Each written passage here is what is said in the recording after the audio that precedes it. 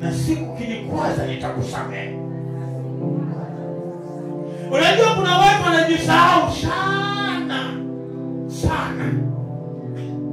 na hata kikwazo kanisani wanahama na wachia kanisa lao. Hili sio kanisa lao, hili ni kanisa la Mungu, ni kanisa la Yesu. Mlokole na mwakilisha Yesu kwa mambo yote.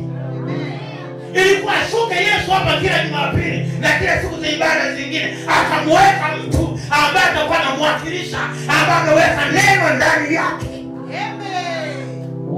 Kwa sio kanisa lake, wala sio kanisa lenu, ni kanisa la Yesu.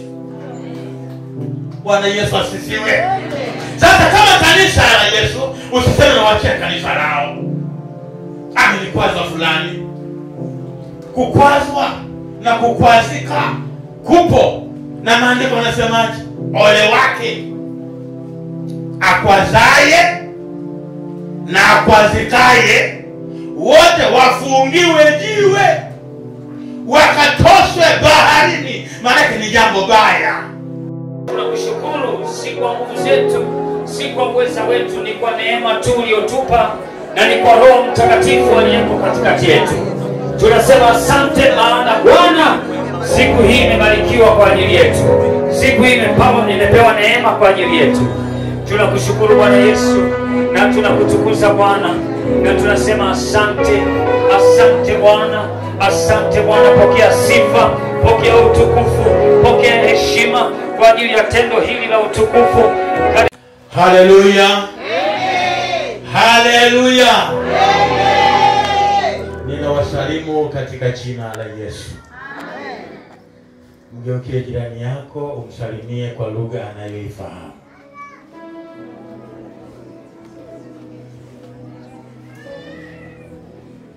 Mwangalie sura yake kama ina furaha kwa siku ya leo.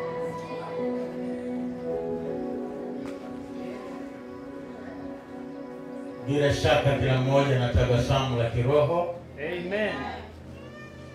Nimefurahi kuingia mahali hapa, kuona watu wamechangamka,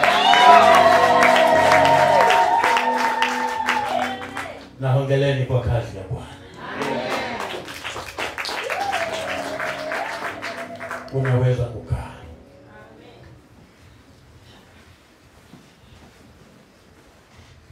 Nijitambulishe mwenyewe kwamba ninaitwa Askofu Mkamba, mwangalizi mkuu wa makanisa ya Enjoying the Sons of God Tanzania, lakini pia ni mkuu wa chuo cha Biblia Tanzania. Tuna matawi Burundi, Uganda na Botswana. Kwa hiyo watu wanapata elimu ya kiroho.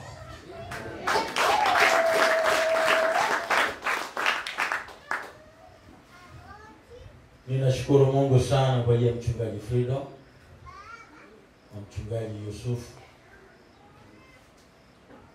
Ni watu wa karibu sana na mchungaji wenu Mlokozi.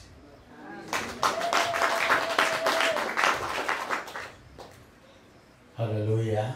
Amen. Sisi sote ukituangalia ni wa baba mmoja, Yesu Kristo. Amen. Ni furaha yangu sana kufika hapa kwa mara ya kwanza. Kwa mara ya kwanza, na ni raha yangu kukuona. Ili parapanda ikilia tutakutana kwa tutapongezana kwamba mambo mazuri umefika huko mbinguni.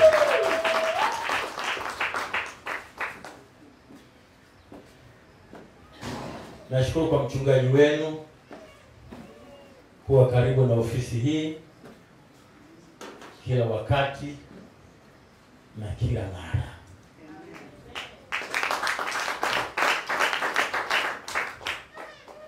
Niwashukuru viongozi wa kanisa hili wote kwa pamoja kwa kuandaa kuwekwa wakfu kwa mchungaji wenu Apostle Dennis Dismas Mulokozi.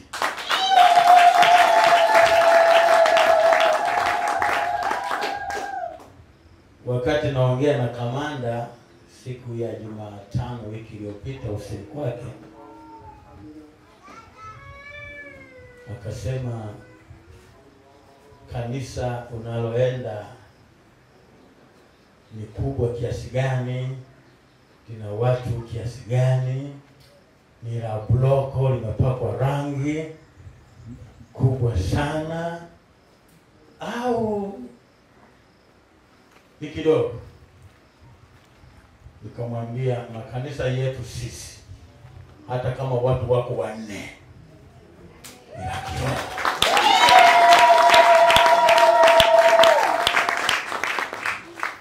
Kanisa la Kristo alisema walipo 2 watatu na milipo katikati yao. Amen. Akafurahi sana. Waandishi wa habari wakawa wanaandika pale kwamba kanisa la Kristo aliloliweka kwa misingi hata ingekuwa moja ni kanisa. Amen. Kwa tunawashukuru kwamba wametusindikiza, wamefika hapa. Kwa hiyo Mungu wetu ni mwema sana.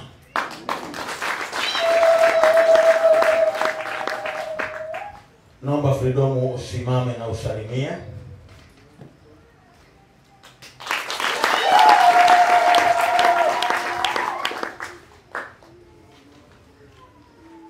Nimeongozana na mama na yeye asimame alafu apewe maiki.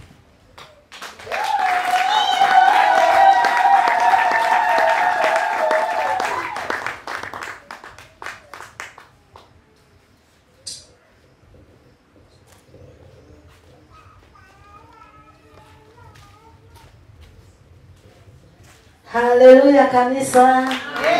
Haleluya. Haleluya. Wamama vigelegele kwa sababu ni jambo ambalo linaleta utukufu kwa Mungu. Haleluya. Haleluya. Ninawapenda. Kwanza nimefurahi kuwaona mna nyuso zenye furaha. Amina. Zenye tabasamu. Kuonyesha hili jambo mmefurahia. Haleluya. Haleluya. Amen. Namshukuru Mungu kwa siku hii ya leo ambayo nimefika mahali hapa kwa mara ya kwanza. Amen. Kuingia mahali hapa nimekanyaga kwa mara ya kwanza. Amen. Mungu ametupa kibali, tumekuwepo mahali hapa. Bwana asifiwe sana. Amen. Pia nawasalimia katika jina la Yesu. Amen. Niseme mchungaji, sijui nasema askofu. Mnaona nilivyo kama kigugumizi yaani tayari katika ulimwengu wa roho. Haleluya. Hili jambo limeshakuwa. Ndio maana hata hapo nimesema mama askofu, Mungu akubariki. Haleluya. Maana yetu tunalitimiza, lakini katika ulimwengu wa roho tayari limeshakuwa. Haleluya. Kwa hiyo Mungu akubariki askofu. Baba askofu. Amen. Nimefurahi sana. Amina. Haleluya. Pia wachungaji, wamama wachungaji, wazee wa kanisa na kanisa zima, Mungu abariki kwa ajili ya hili. Amen. Maana ni kwa maombi yako na maandalizi yako na pesa yako limefanikiwa. Haleluya. Amen. Kwa majina naitwa Upendo Mwamkamba. Au mchungaji Mwamkamba. Pia ni mwalimu wa chuo. Na wakaribisha katika kwenye chuo chetu. Asante. Nimeokoka na mpenda Yesu. Amen. Ni mama wa mume mmoja. Amen. Ni mama wa watoto 5. Amen. Mungu awabariki. Karibu kwetu. Nashukuru baba. Amen. Amen. Nashukuru. Jina la Bwana libarikiwe sana. Amen. Wangapi wanapenda mchungaji wao?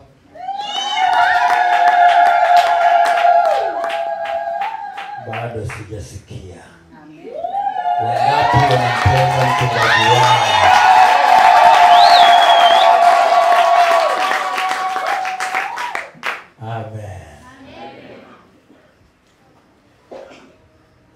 Hebu tufungue maandiko.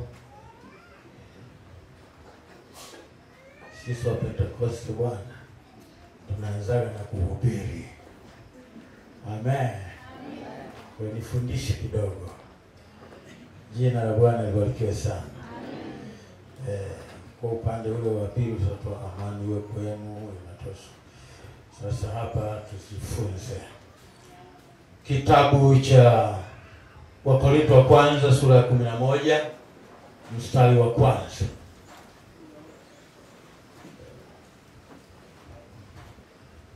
Wakorintho wa kwanza sura ya 11 mstari wa kwanza.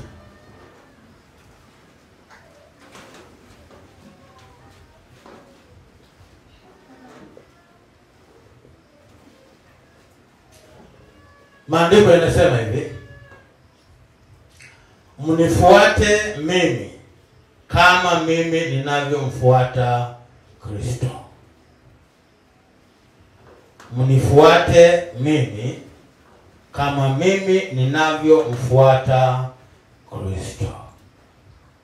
Funika macho yako niombe.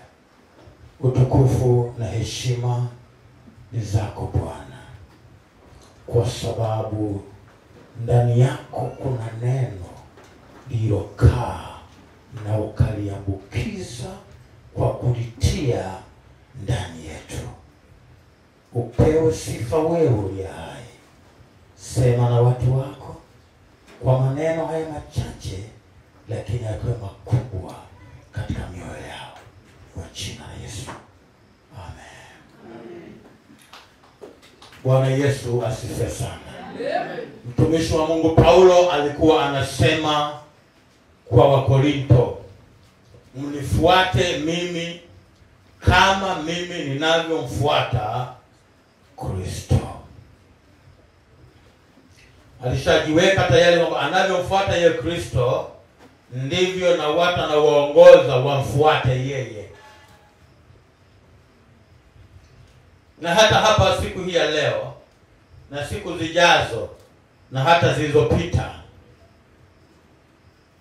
tunamfuata Mwokozi kwa sababu na yeye Mwokozi anamfuata Kristo.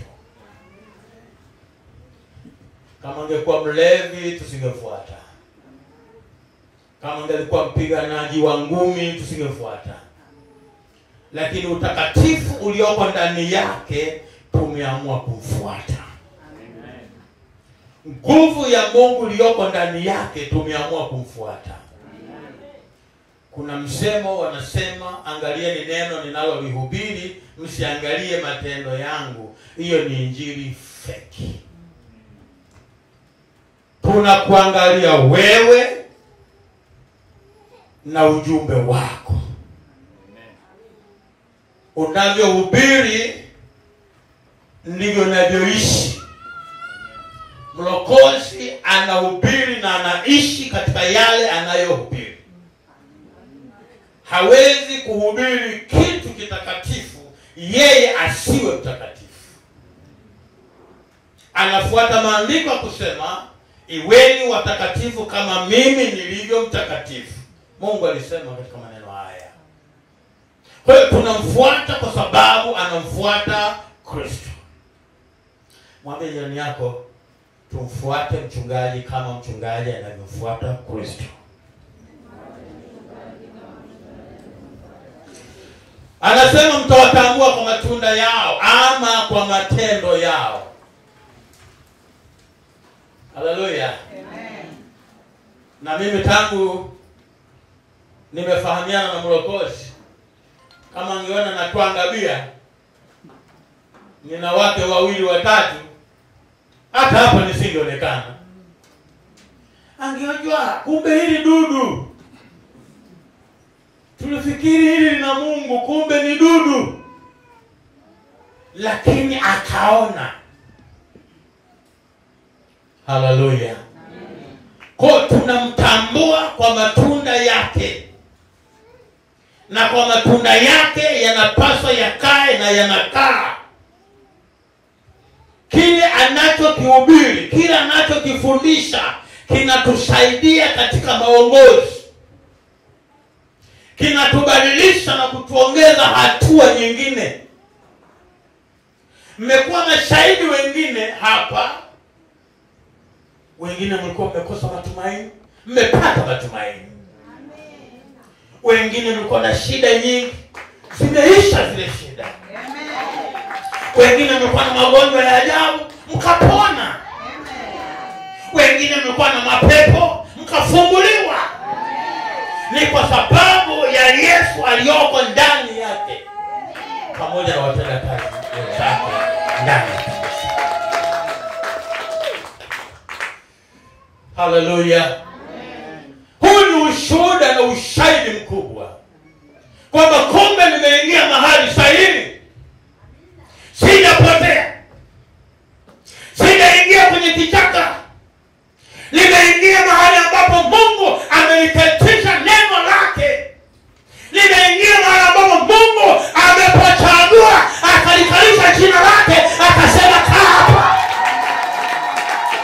Kwa hiyo sijapotea, nitaendelea kuwepo hapa. Kwa unayetangatanga, acha kutangatanga. Unaekuwa na ibada 7 kwa Jumapili, acha, baki na ibada yako hapa.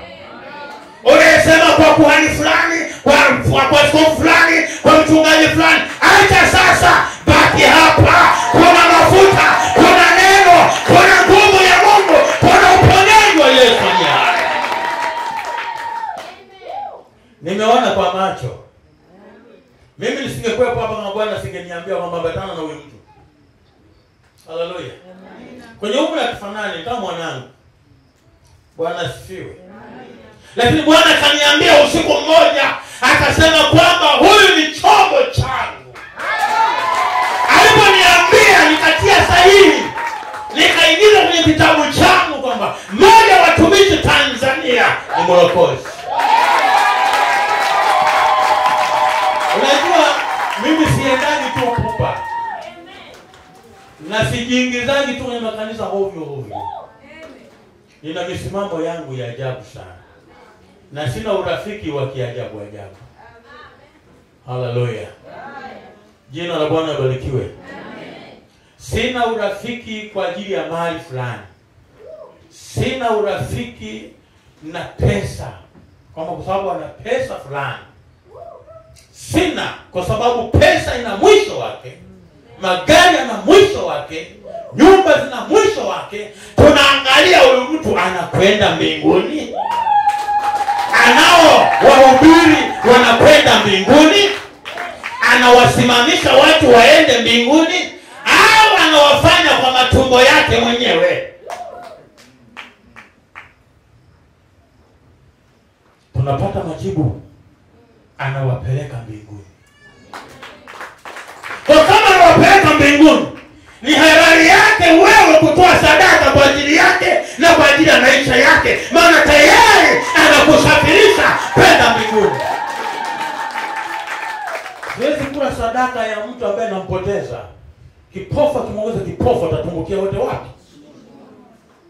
Sasa ana mwanga, ana jicho la kuona, amekuelekeza mahali pa kwenda, umeshapafahamu na njia umeshaijua. Shika koti lake, msonge mbele. Pigie Bwana makofi na vigelegele.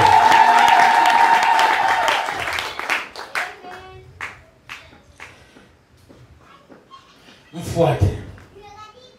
Mnifuate mimi kama mimi ninavyomfuata Kristo. Kristo alikuwa Mungu na ni Mungu. Tunaponukuu Yohana 1:1, hapo mwanzo kulikuwepo na neno, na neno alikuwa kwa Mungu, na neno alikuwa Mungu. Kwa kama tunamfuata huyo neno, na hata watumishi wake tunawafuata. Jina la Bwana libarikiwe sana. Jina la Bwana libarikiwe sana. Wakawaambia Korinto ambao walikuwa na dini mbili. Upande ulikuwa ni wa Sabato na upande mwingine walikuwa wa Kristo.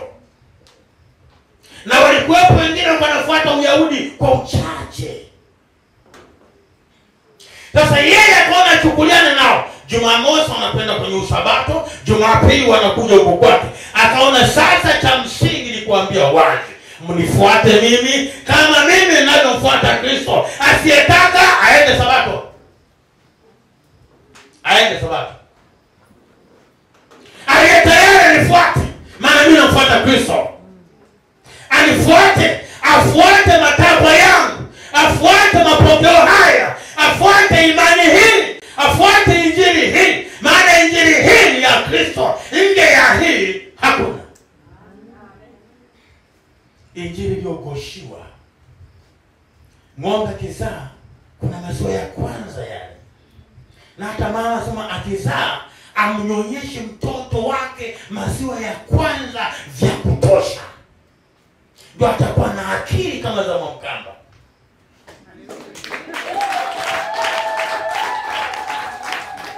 Haleluya.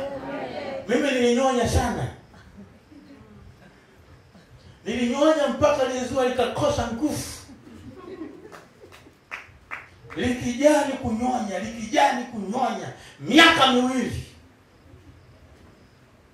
Kaendelea kukua sasa. Mpaka leo. Akili zipo. Tuliokoka akili zipo, mwambie jirani yako, akili zipo. Sisi sio mazezeta, sio mataira, hatujachanganyikiwa. Haleluya. Ndio maana ni mabango ya mikutano siandikaji wenye magonjwa na shida mbalimbali waje. Nasema watu wote, wabunge, wenye mali, karibu kwenye mkutano wenye. Kwa watu ukiongeza wenye shida pale haina tatizo. Na wana uchumi wote karibu. Sawa, wewe peke yake ndio wale walizungumza siku moja kwenye bunge, wakasema kwamba hawa watu inaonyesha kwamba wamechanganyikiwa. Walikuja wanaumwa, wakaombewa. Kwa huwa kichaa kile kinarudi. Kumbe sisi sio vichaa. Na kama nilikuwa naumwa nikapona, siumwi tena. Kwani wanaokwenda Muhimbili ni wachache.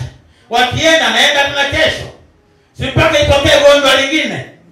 Sasa tumekuja kwa Yesu, ametupona. Kama yuko uzezeta umeondoka, kama ulikuwa utaira umeondoka, kama akili changanyikiwa imetoka. Sisi tumepona, tumekuwa salama. Haleluya, haleluya, haleluya. Sisi tuna akili zote, tumekunywa maziwa ya Yesu Kristo. Tumekunywa maziwa ya maji ya Roho Mtakatifu. Moto wa Roho Mtakatifu umekaa kwetu, akili zimepevuka. Kuna akili timamu na siku kinikwaza nitakusamehe. Unajua kuna watu wanajisahau sana. Na hata kikwazo kanisani wanahama na wachia kanisa lao. Hili sio kanisa lao. Hili ni kanisa la Mungu. Ni kanisa la Yesu. Mlokozi na mwakilisha Yesu kwa mambo yote. Ilikuwa shuke Yesu hapa kila Jumapili na kila siku za ibada zingine, akamweka mtu ambaye atakuwa anamwakilisha, ambaye ameweka neno ndani yake. Amen. Kwa sio kanisa lake, wala sio kanisa lenu, ni kanisa la Yesu. Bwana Yesu asifiwe. Sasa kama kanisa la Yesu, usiseme na waachia kanisa lao. Nilikuwaza fulani. Kukwazwa na kukwazika kupo. Na maandiko yanasemaje? Ole wake akwazaye na akwazikaye, wote wafungiwe jiwe, wakatoswe baharini. Maana ni jambo baya. Lakini likija kwako wewe, huyo aliyekujia akakukwaza, msamehe kwa kuponya roho yako. Msamehe kabla hajaja kusema nisamehe. Nataka mpakaje? Ajaja amekukwaza, samehe, fundo hilo lisikae kwako. Usimweke mtu moyoni, mweke Yesu Kristo aliye hai. Haleluya, haleluya. Akae atawale. Ukiheshimu utaheshimiwa. Ukidharau utadharauliwa. Ishi kwa uthamani wa kujua thamani yako na thamani ya mwenzako. Ukiishi hivyo tutasonga mbele. Haleluya. Tukiishi hivyo tuona mkono wa Bwana. Haleluya. Amen. Hivi mnafikiri mmefika? Kwa jengo hili mmeshafika? Mbona bado? Lazima tusameheane sisi kwa sisi. Tupendane sisi kwa sisi. Ili kukokota jeshi kubwa la Mbezi. Ili kukokota jeshi kubwa la Dar es Salaam. Kukokota jeshi kubwa la Tanzania. Watu watoke mikoani waje wasali hapa. Ghorofa inajengwa hapo vya kutosha. Hapa bado. Usipokalizika sana kwamba nimefika. Bado hujafika. Piga magoti. Sugua magoti. Kila mmoja aombe. Kumwombea mchungaji na maono yote na kuombea kanisa la Bwana. Tuna safari. Tuna safari. Jina la Bwana libarikiwe. Tuna safari. Siku nitakapokuja kumsimika mchungaji wenu kuwa askofu mkuu, kuna mengi mtayaongea.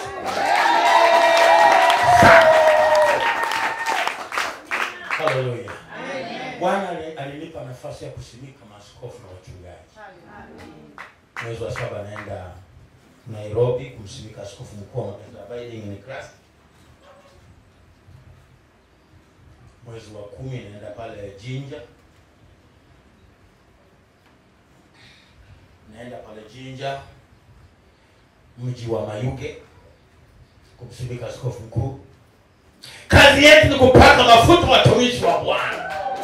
Tuatie mafuta kwenye kazi yake. Mafuta ya Roho Mtakatifu.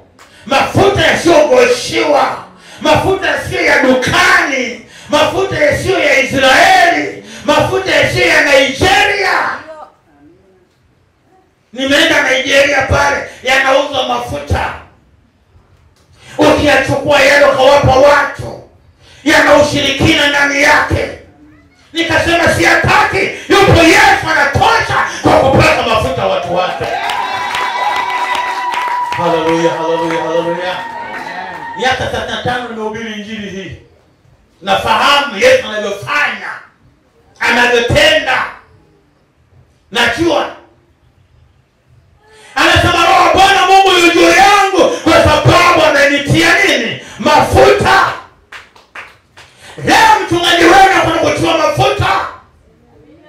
Mtume, mwokozi, prophet, mwalimu, mchungaji, anavyo vyote. Vyote vinafurika kwenye mwili wake. Haleluya. Akianza kuhubiri ni mwinjilisti. Akianza kufundisha ni mwalimu. Akianza kuchunga ni mchungaji. Akianza kutabiri ni prophet, ni nabii. Akianza kufungua na matawi na kufungua watu mitaani ni apostle. Mtume. Haleluya. Haleluya. Mafuta yasiyogoshiwa. Mafuta yasiyo ya reis au roshen. Mafuta ya Roho Mtakatifu.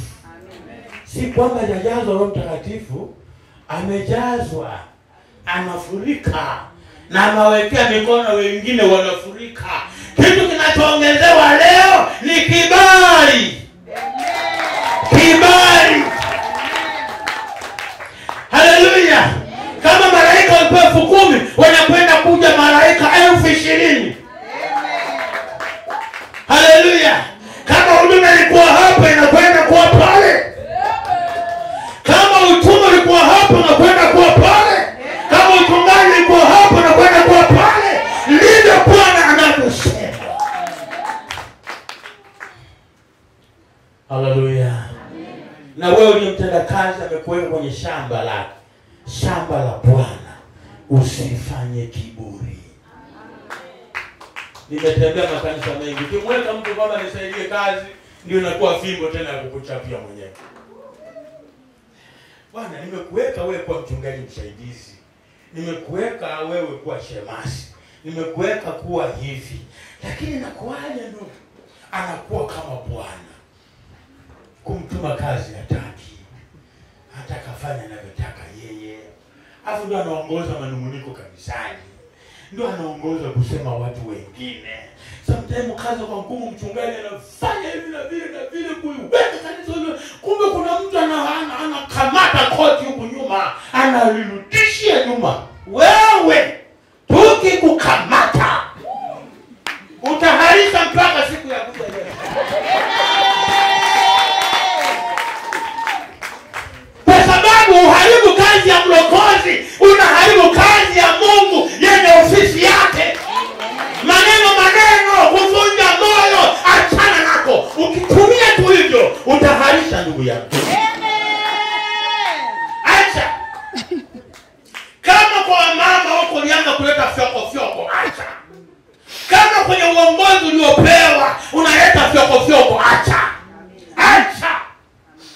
Hata kama mchungaji amekukemea, wewe mbariki. Ni kawaida yake kukukemea, kukuonya, kukufundisha, kukukaripia. Ni kazi yake. Haleluya! Ni kazi yake.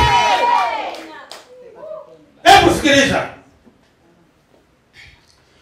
Bwana Yesu amekuja mama mmoja pale, anataka mtoto wake apone. Sasa mwambie, chakula cha watoto si vizuri kuwapa mbwa. Unaonaje neno? Na limetoka kwa nani? Kwa Yesu mwenyewe. Sio kwazo.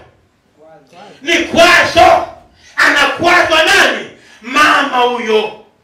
Wanaenda wanamwambia, wewe, rudi tu. Chakula cha watoto si vizuri kuwapa mbwa. Nyinyi ni kama mbwa. Yule mama akasema, hata mbwa hula makombo mezani pa bwana zao. Yesu ni bwana wangu, nitakula makombo yaliyosalia. Aombee wengine huko wafumuliwe, mimi nitakuja nipate kombo angalau moja. Wakarudi. Yesu amesema hivi, hata makombo atakula. Kweli ndio. Mwambie mtoto wake amepona. Kwa kuna mambo mengine yanakuja penye hukumu. Mahali ambapo unadai kukwazika, kumbe kuna mlango mbele. Ukikwazika hapa, umefungwa mlango. Ukifurahi, hata ni baba ameniambia. Amen. Wacha tu. Ni baba amenikemea. Wacha tu. Ni baba ananifundisha. Wacha tu. Mlango unafunguka.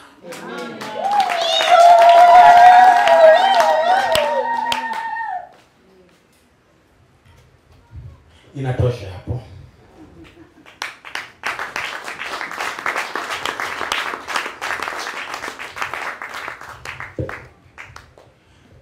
Hallelujah. Amen. Naomba tusimame wote.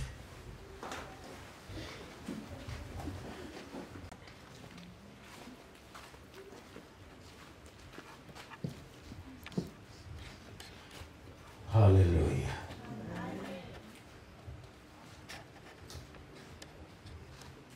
Jina la Bwana libarikiwe sana.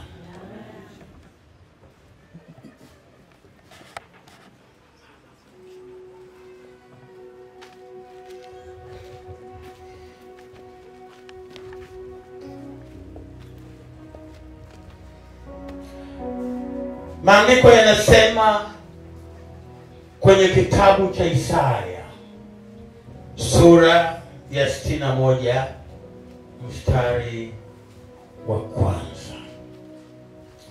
Roho ya Bwana Mungu yu juu yangu, kwa sababu Bwana amenitia mafuta niwahubiri wanyenyekevu habari njema. Amenituma ili kuwaganga waliovunjika moyo, kuwatangazia mateka uhuru wao, na hao waliofungwa habari za kufunguliwa kwao.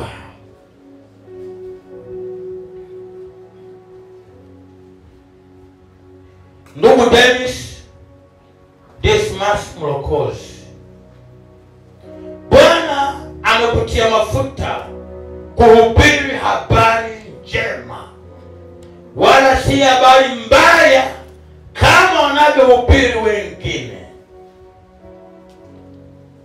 Nimefuatilia hata kwenye mitandao, anachokihubiri mle ni kizuri sana. Kuna wengine kwenye mitandao mle wanafanya fujo tu, wanaweka vitu visivyofaa. Nimefuatilia, nimepata akaunti yake nikafuatilia. Kwa kuwa amekuweka kuhubiri habari njema, endelea kuhubiri habari njema. Amen. Mwenye matatizo muite ofisini kwako, muelekeze. Usimhubiri madhabahuni. Roho Mtakatifu afanye kazi ya madhabahuni, awaonye watu, awafungue watu, awaponye watu. Wewe ukijua huyu ni mwenye matatizo, muite ofisini, mumalizane ofisini. Amekutia mafuta kuwahubiri wanyenyekevu. Wanyenyekevu wanapohubiriwa watazidi kuwa wanyenyekevu.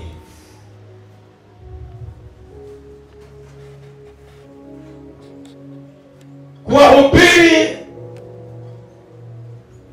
waliofungwa katika kufunguliwa kwao. Umepewa kazi ya kuwafungua waliofungwa waweze kufunguliwa kwao, lakini pia kuwaganga waliovunjika moyo. Kuwaganga waliovunjika moyo. Aliyevunjika moyo umgange. Kanisani kuna wanyama.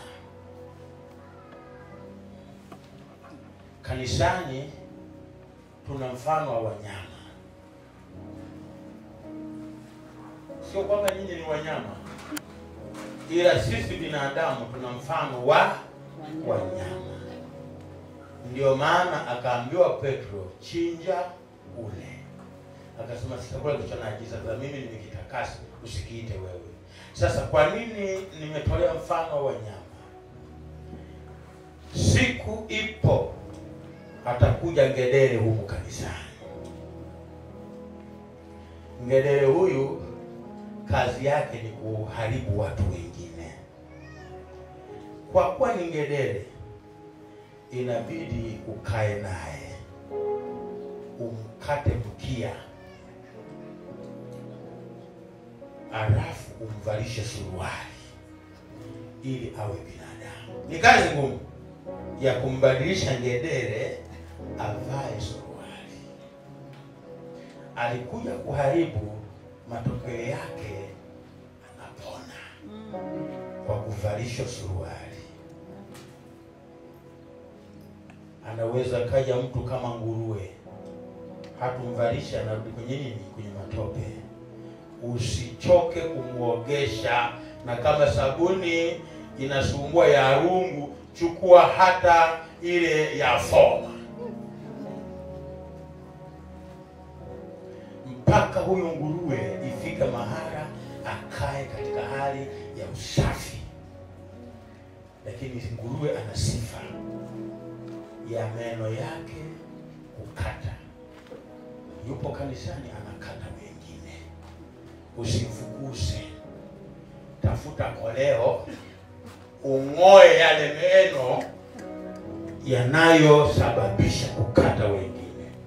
Atashindwa kukata, patakuwa panamuuma. Sifa ya pili, ana kile kitu fulani hapa, hata jiwe liwe gumu namna gani, kukwangua.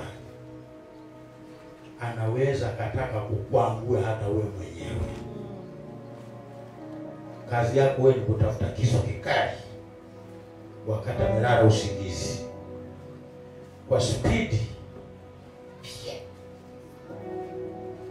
Akija kuamka pale hapa, akijaribu kufanya hivi, damu zinatoka tu, anamuuma. Nimesema lale usingizi, nina maana akiwa macho, vurugu zitakazotokea pale, huenda hata wewe mwenyewe ukajeruhika. Kwa mpaka lale usingizi, inamaanisha uongeze hatua ya maombi na mafundisho. Ndio kisu cha kukata.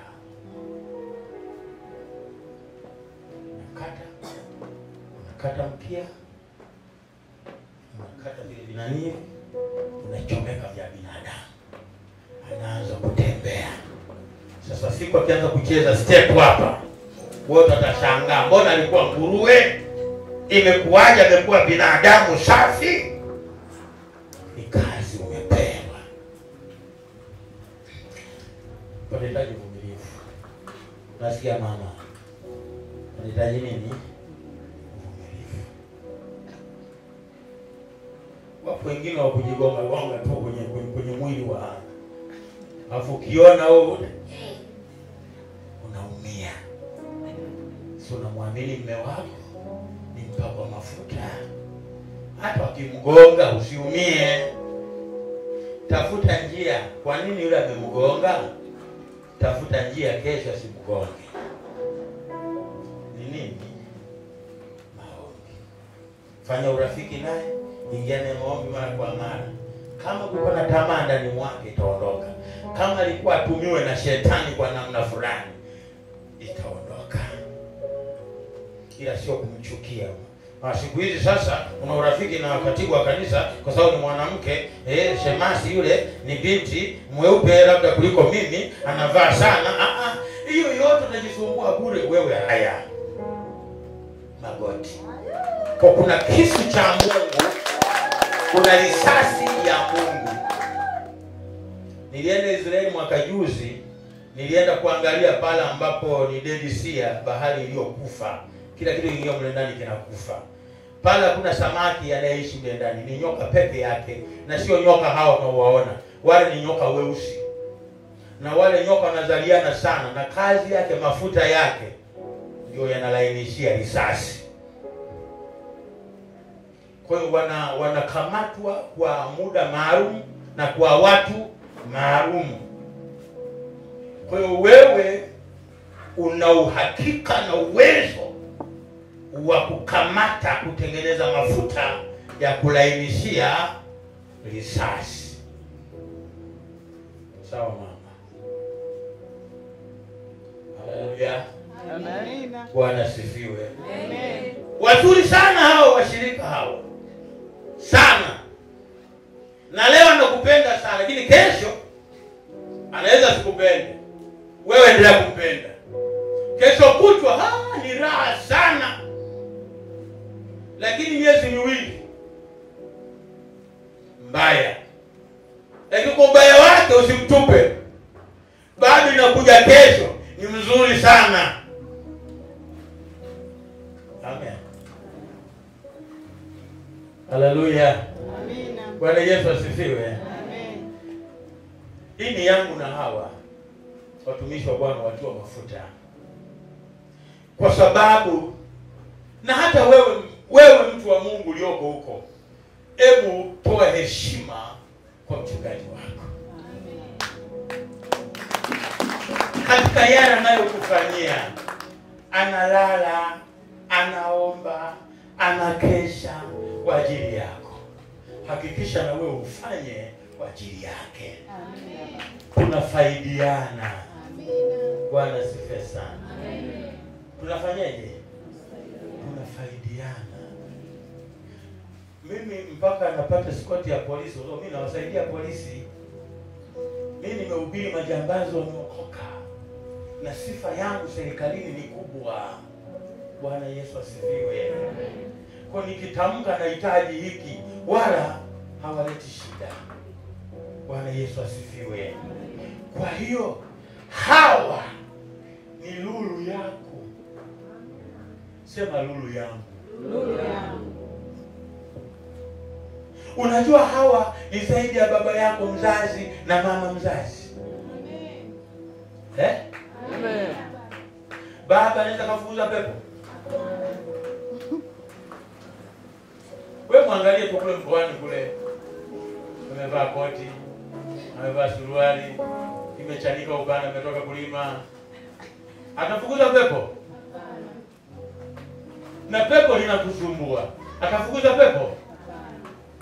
Yupo ambaye atafukuza pepo. Kwa kama unamlea baba kule, mlee na mchungaji wako.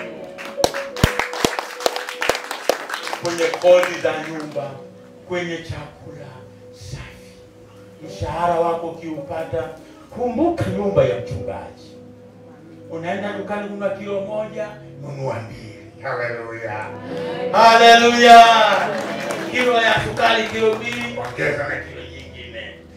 Utakuta mambo yako yanaenda. Sasa mtu mbona anabadilika tu, anazidi kunawiri. Ni kwa sababu umeona thamani wa baba yako wa kiroho. Ndio maana siku nyingine anasema wanangu, mwe mnafanya hivi, wanangu, mwe mnafanya hivi. Lakini anaweza mtu mwingine hapa kawa mkubwa kuliko hata yeye umri, lakini ni mtoto kiroho. Anaposema mwanangu usikasirike, ni mwana wake kiroho. Sawa? Mthamini mchungaji wako. Mthamini mama mchungaji.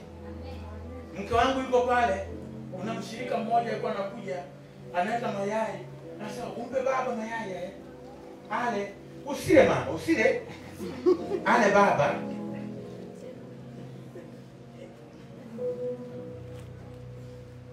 Bwana Yesu asifiwe. Basi mama anayaweka, anasubiri nije. Nikifika anayatengeneza. Nimeambiwa ule wewe. Nikasema sasa mimi ni nani? Mimi si ni wewe na wewe si ni mimi. Tule wote. Haleluya.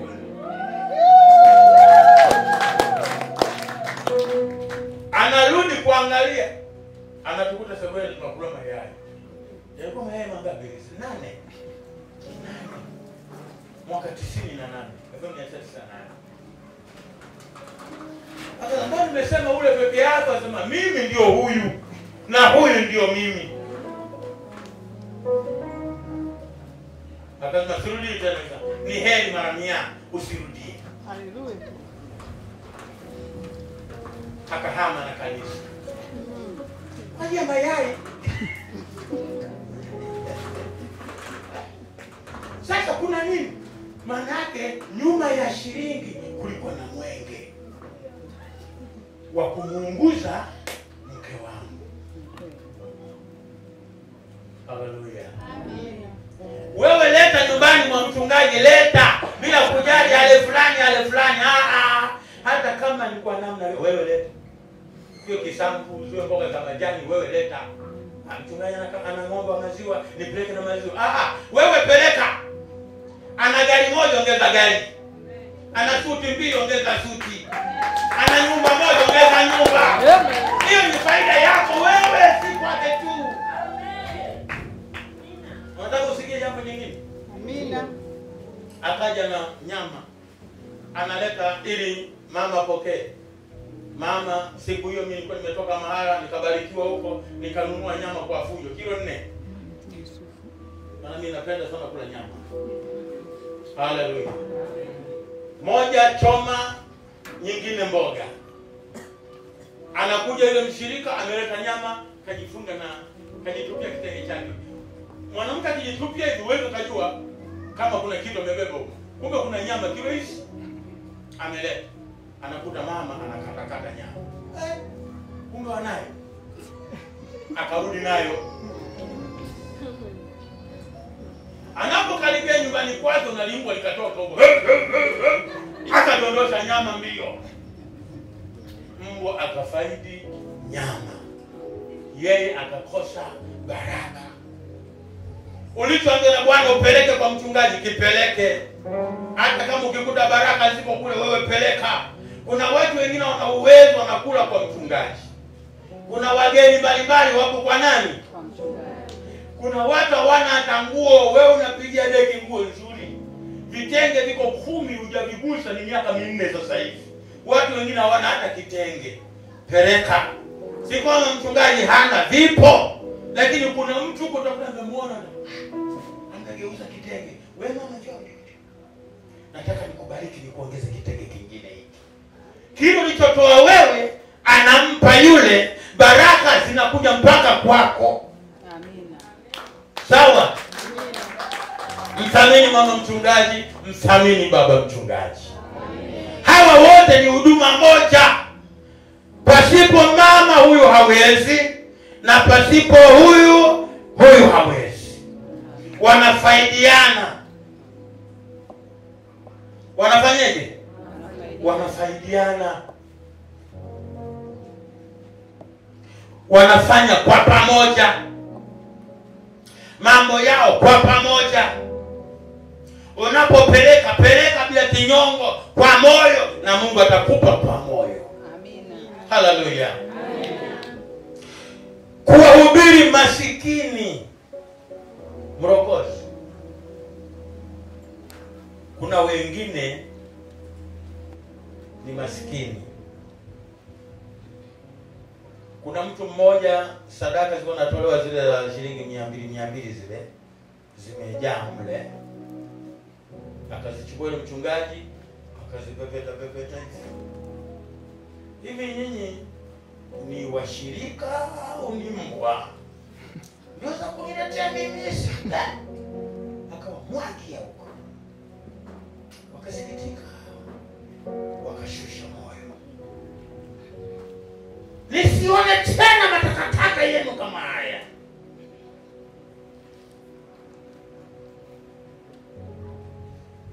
Ukawe ni mwalimu wa kuwakemea watu kama hao.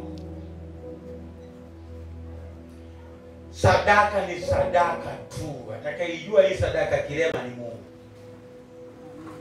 Wewe ipokelewe na ifanye kazi ya Bwana. Wakati mwingine wanaleta mboga ambayo huli, ipokee, muombe. Akiondoka, utajua wewe kunyuma kama unampa sungura, unampa nani?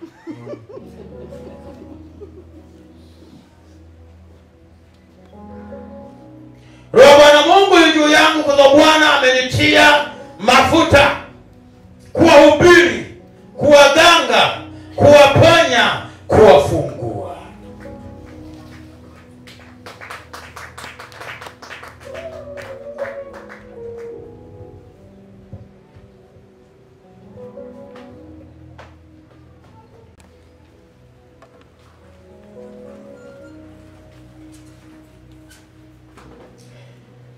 Dennis Dismas Mlokozi. Kwa kuwa leo natiwa mafuta siyogoshiwa na kuwa kiongozi bora katika nchi ya Tanzania na nje ya nchi ya Tanzania, tunakuweka wakfu leo kama mchungaji, kama mtume, kama nabii, kama mwalimu, kama mwinjilisti, kwa huduma ya kujenga mwili wa Kristo ambao Mungu amekupa na kutia mafuta leo kwa kibali chako kwa nchi ya Tanzania na serikali na dini. Tunaomba Mungu akujalie neema na kukukirimia karama za Roho Mtakatifu katika huduma hii. Tumekuvisha kora hii kuonyesha mamlaka ya kiongozi katika dini na serikali.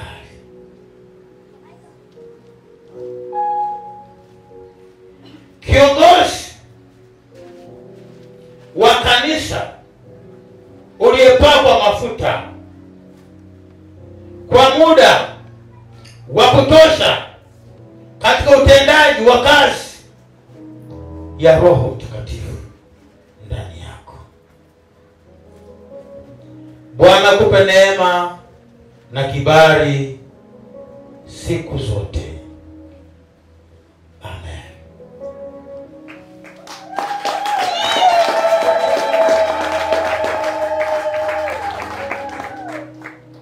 Freedom.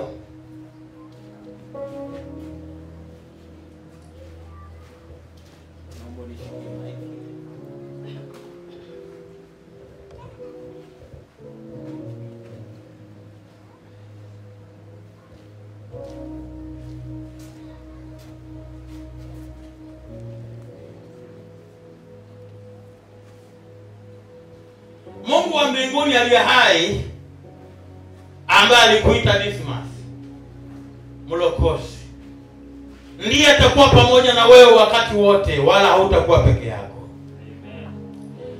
Yeye anayekutia mafuta siku hii ya leo hata kuacha katika magumu na katika mazito, yatakuwa mepesi kwake kwa imani. Baba, katika jina la Yesu Kristo, wewe uliyemuita Dennis kwa mwito mkuu katika huduma za jumla na huduma za mwito maalum, na mimina mafuta ya Roho Mtakatifu ndani yake yenye kuleta kibali. Mungu wa mbinguni, jidhihirishe kwa madhihirisho ya uweza na nguvu yako, malaika wakimfunika wakati wote, vita vya kiroho vikiwepo, yeye ni mshindi. Wakati wote atakuwa na mshindi. Kama Israeli na ushindi, ndivyo naye ataendelea kuwa mshindi. Bwana wa mabwana na mfalme wa wafalme, shuka ndani yake na kuweka vipawa, karama zote ndani yake. Kwenye kinywa chake kukatoke moto wa neno lako, na kila anapoamua kuomba maneno yakatoke kama risasi zenye kwenda maili za kutosha, kwa jina la Yesu aliye hai. Mungu wa mbinguni, Bwana wa majeshi, wewe uliye ndani yake, kafumue vipawa vilivyorara na ukaongeze vipawa ndani ya sanduku lako, ukavitoe vipawa 12 vikakae ndani yake wakati wote. Atakachotamka kikawe, atakachosema kikawe, atakaolifanya na likawe, kwa jina la Yesu Kristo. Heshima yako Yesu ikakae ndani yake. Roho ya hekima ikakae juu yake. Busara, ufahamu wa kiroho na kimwili ukakae ndani yake. Maarifa na miundombinu ikakae ndani yake. Uweza wako kifunika, mavazi yake yakitoa upako na kuwaponya wengi kwa jina la Yesu. Baba, kila adui ya mgusaye agusa mboni ya jicho lako Mungu. Kila adui yapitaye na kuweka mitego itateguliwa kwa jina la Yesu. Ukuu wako ukamfunike mtumishi wako kwa jina la Yesu, na ndoa yake na mke wake na familia yake na kanisa lake, kwa jina la Baba, Mwana na Roho Mtakatifu. Amen.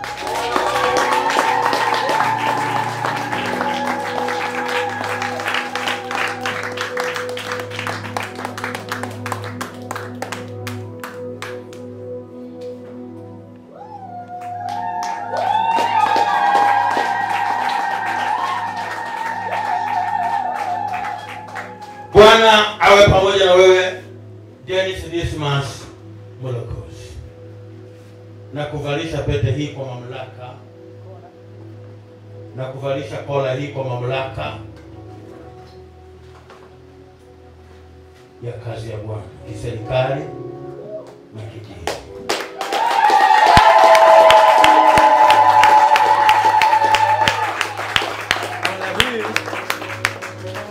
hii ni uthibitisho wa uongozi. Kwenye Biblia ziliandikwa kola mbalimbali, lakini kola hii hata serikali itakuheshimu. Na kanisa lako litaheshimika na watu wako wataheshimika.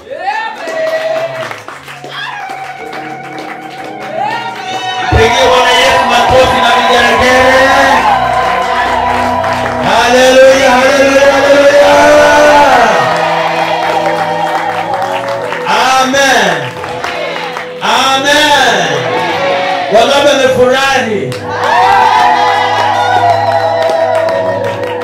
Mungu awabariki sana. Ni mchungaji wa bwana harusi, mngembeba juu wanaume wenzake. Ila msimbebe. Ni baba huyo. Msimbebe. Napotoka hapa msimbebe. Najuaga hatari hii. Bwana asifiwe. Bwana asifiwe. Bwana asifiwe. Naomba mchungaji ushuke ngazi hii ya pili, ya tatu, ya kwanza, ya pili. Ya pili.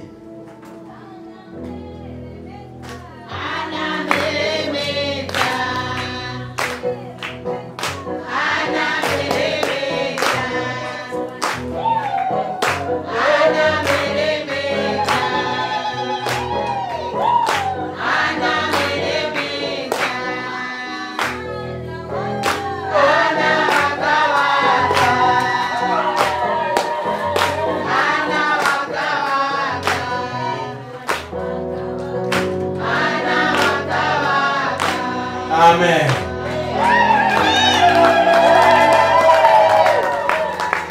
Bwana Yesu asifiwe. Amen.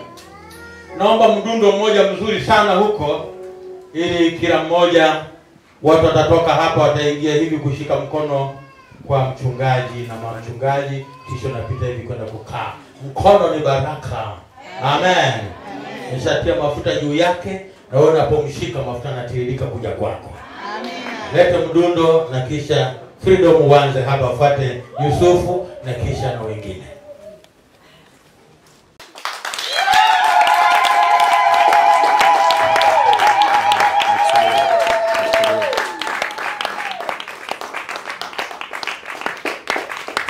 Amen.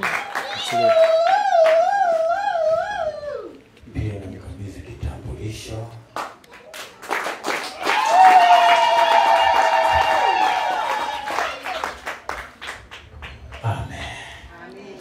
Bwana Yesu asifiwe sana. Haleluya, haleluya.